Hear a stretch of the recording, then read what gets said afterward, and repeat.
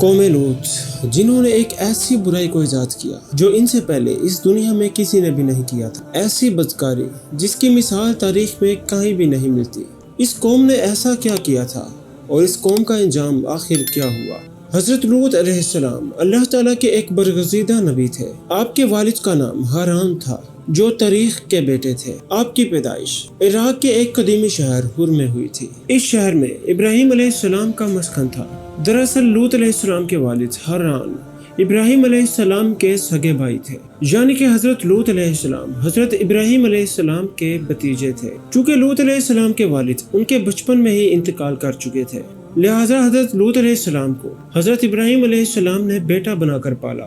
آپ حضرت ابراہیم علیہ السلام پر سب سے پہلے ایمان لانے والوں میں بھی شامل ہیں۔ آپ حضرت ابراہیم علیہ السلام کے زمانے میں قوم سمود کی رہنمائی نبوت کے منصب پر فائز ہوئے تھے۔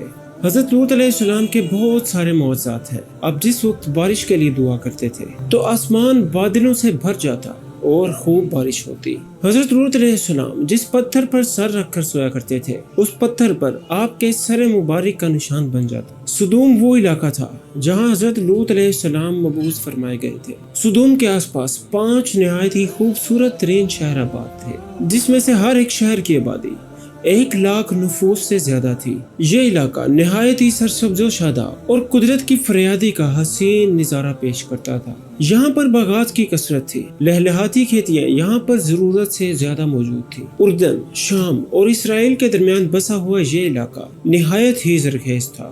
یہاں پر ہر طرح کے اناج، پھل، میوے بکثرت پیدا ہوا کرتے تھے، اور یہی وجہ تھی کہ آس پاس کی بستیوں کے لوگ بھی اپنی معاشی ضروریات کو پورا کرنے کے لیے اس بستی میں آیا کرتے تھے۔ مگر یہ بات اہل سدوم کے لوگوں کو بالکل بھی پسند نہ تھی۔ ان کے خیال میں ان کی بستی میں پیدا ہونے والے پھل، سبزیاں، اناج، ان تمام تر چیزوں پر صرف انہی کا حق ہے۔ وہ نہیں چاہتے تھے کہ دوسری بستیوں کے لوگ ان کے اس علاقے میں آئے۔ ایک دن سدوم کے لوگ اس بات پر غور و فکر کر رہے تھے کہ باہر سے آنے والے تمام تر لوگوں کو اس علاقے میں آنے سے کیسے روکا جائے، کہ ابلیس ایک بزرگ کی شکل میں ان کی محفل میں آیا اور کہنے لگا کہ اگر تم ان لوگوں سے پیچھے چھڑانا چاہتے ہو تو میرے کہنے پر عمل کرو۔ اس اجنبی کی بات لوگوں نے بہت توجہ سے سنی۔ ابلیس نے کہا، میں کل بتاؤں گا۔ دوسرے دن ابلیس ایک خوبصورت اور جوان لڑکے کی شکل میں آیا اور انہیں اپنی عورتوں کی بجائے مردوں کے ساتھ فعل بد کرنا سکھانا لگا۔ ابلیس نے کہا کہ اگر تم دوسری بستی کے لوگ نجات حاصل کرنا چاہتے ہو جو کہ تمہاری بستی میں آ جاتے ہیں تو ایسا کرو کہ جب بھی کوئی شخص تمہاری بستی میں آئے تو تم زبردستی اس کے ساتھ اپنی خواہش پوری کرو۔ اس طرح یہ لوگ اس بستی میں آنا چھوڑ دیں گے۔ اپنی نفسانی خواہشات کے لیے مردوں کے ساتھ بدفعلی اس قوم کا ایک دستور بن چکی تھی۔ یہاں پر بے حیائی عام ہو گئی۔ حکمران سردار طبقے میں گھر گھر میں یہ عمل عام ہونے لگا۔ بھری محفل میں یہ لوگ اس فحاشی کے کام کو کر کے، کوئی بھی محفل اس فحاشی کے کام کے بنا ادھوری تھی۔ خاص کر مسافروں میں اگر کوئی خوبصورت لڑکا ہوتا تو یہ اس لڑکے کو اپنا شکار بنا لیتے۔ اہل سدوم اپنی روزمرہ زندگی میں سخت ظالم، بدمعاش اور دھوکے باز لوگ تھے۔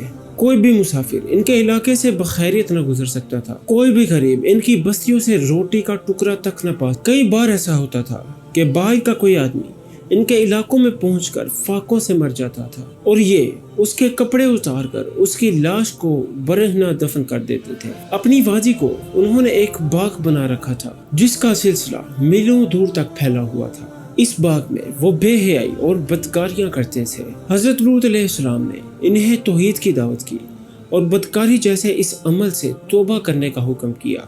حضرت لوط علیہ السلام نے کہا کہ تم لوگ بدکاریاں کیوں کرتے ہو؟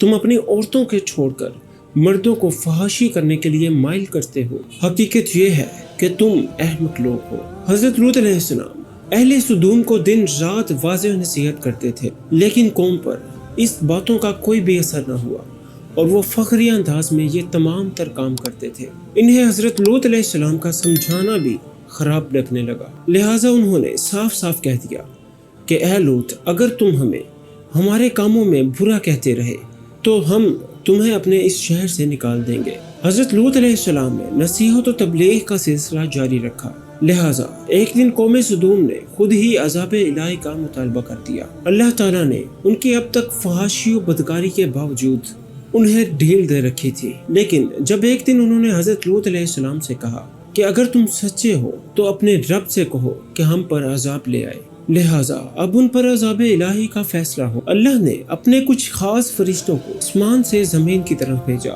یہ فرشتے دراصل جبرائیل، میکائیل اور اسرافیل تھے۔ یہ ایک خوبصورت لڑکوں کی صورت میں حضرت لوط علیہ السلام کے گھر میں تشریف لائے، اور جب حضرت لوط علیہ السلام نے ان خوبصورت لڑکوں کو دیکھا تو وہ ان لڑکوں کے بارے میں پریشان ہونے لگے۔ انہیں یہ خطرہ محسوس ہونے لگا کہ اگر ان کی قوم کو ان لڑکوں کے بارے میں پتہ چل جائے تو وہ ان کے ساتھ کیسا سلوک کریں گے۔ حضرت لوط علیہ السلام کی بیوی کا نام وائلا تھا۔ انہوں نے حضرت لوط علیہ السلام پر ایمان نہ لایا تھا، اور دراصل وہ منافق تھی اور کافروں کے ساتھ تھی۔ اہل سدوم کو جا کر یہ خبر دے دی کہ لوط علیہ السلام کے گھر میں 3 خوبصورت نوجوان لڑکے ٹھہرے ہوئے ہیں۔ یہ سن کر بستی والے دوڑتے ہوئے حضرت لوط علیہ السلام کے گھر پہنچے۔ حضرت لوط علیہ السلام نے کہا کہ اے قوم، یہ جو میری قوم کی لڑکیاں ہیں یہ تمہارے لیے جائز اور پاک ہیں۔ اللہ سے ڈرو اور مجھے میرے مہمانوں کے سامنے رسوا نہ کرو۔ کیا تم میں سے کوئی بھی شائستہ آدمی نہیں ہے؟ حضرت لوط علیہ السلام کی بات سن کر وہ بولے کہ اے لوط، تم واقف ہو کہ ہمیں تمہاری بیٹیوں سے کوئی سروکار نہیں، اور جو ہماری اصل چاہت ہے تم اس سے بخوبی واقف ہو۔ جب حضرت لوط علیہ السلام کی قوم ان کے گھر کی طرف دوڑتی ہوئی آئی تو حضرت لوط علیہ السلام نے اپنے گھر کے تمام تر دروازوں کو بند کر لیا اور ان 3 لڑکوں کو ایک کمرے میں بند کر دیا۔ بدکار لوگوں نے آپ کے گھر کے چاروں طرف گھیرا کیا ہوا تھا۔ حضرت لوط علیہ السلام اپنے مہمانوں کی عزت کو لے کر بہت پریشان تھے۔ فرشتے یہ سب منظر دیکھ رہے تھے۔ جب انہوں نے حضرت لوط علیہ السلام کی بے بسی اور پریشانی کا یہ عالم دیکھا تو حقیقت سے پردہ اٹھاتے ہوئے بولے کہ اے لوط، ہم تمہارے رب کی طرف سے بھیجے جانے والے فرشتے ہیں۔ یہ لوگ تمہیں ہرگز نقصان نہ پہنچا سکیں گے۔ ابھی کچھ رات باقی ہے، تم اپنے گھر والوں کو لے کر چل دو، اور تم میں سے کوئی بھی شخص پیچھے مڑ کر نہ دیکھے۔ حضرت جبرائیل علیہ السلام نے گھر سے باہر نکل کر اپنے پر کا ایک کونا اہل سدوم کو مارا، جس سے ان سب کی آنکھوں کے ڈھیلے باہر نکل آئے۔ یہ خاص عذاب ان لوگوں کو پہنچا جو حضرت لوط علیہ السلام کے گھر بدنیت۔ حضرت لوط علیہ السلام اس وقت کا حال جان کر مطمئن ہو گئے اور اپنے گھر والوں کے ساتھ رات کو ہی نکل کھڑے ہوئے۔ بیوی بھی ان کے ساتھ ہی تھی، لیکن کچھ دور جا کر وہ واپس اپنی بستی کی طرف مڑی اور قوم کے ساتھ ہی جہنم رسید ہو گئی۔ صبح کا آغاز ہوا تو حضرت جبرائیل علیہ السلام نے اللہ کے حکم سے اپنے پروں کے ساتھ بستی کو اکھاڑ دیا، اور پھر اس تمام تر بستی کو اپنے بازو پر رکھ کر آسمانوں پر چڑھ گئے، یہاں تک کہ آسمان والوں نے بستی کے کتوں کے بھونکنے اور مرغوں کی آواز بھی سنی، اور پھر اوپر سے اس بستی کو زمین پر دیا، جس کے بعد ان پر پتھروں کی بارشیں ہوئی۔ ہر پتھر پر مرنے والے کا نام لکھا ہوا تھا۔ جب یہ پتھر ان کو لگتے تو ان کے سر پاش پاش ہو جاتے۔ صبح کے وقت شروع ہونے والے اس عذاب نے اشراق کے وقت تک پوری بستی کو نیست و نابود کر کے رکھ دیا تھا۔ سبسکرائب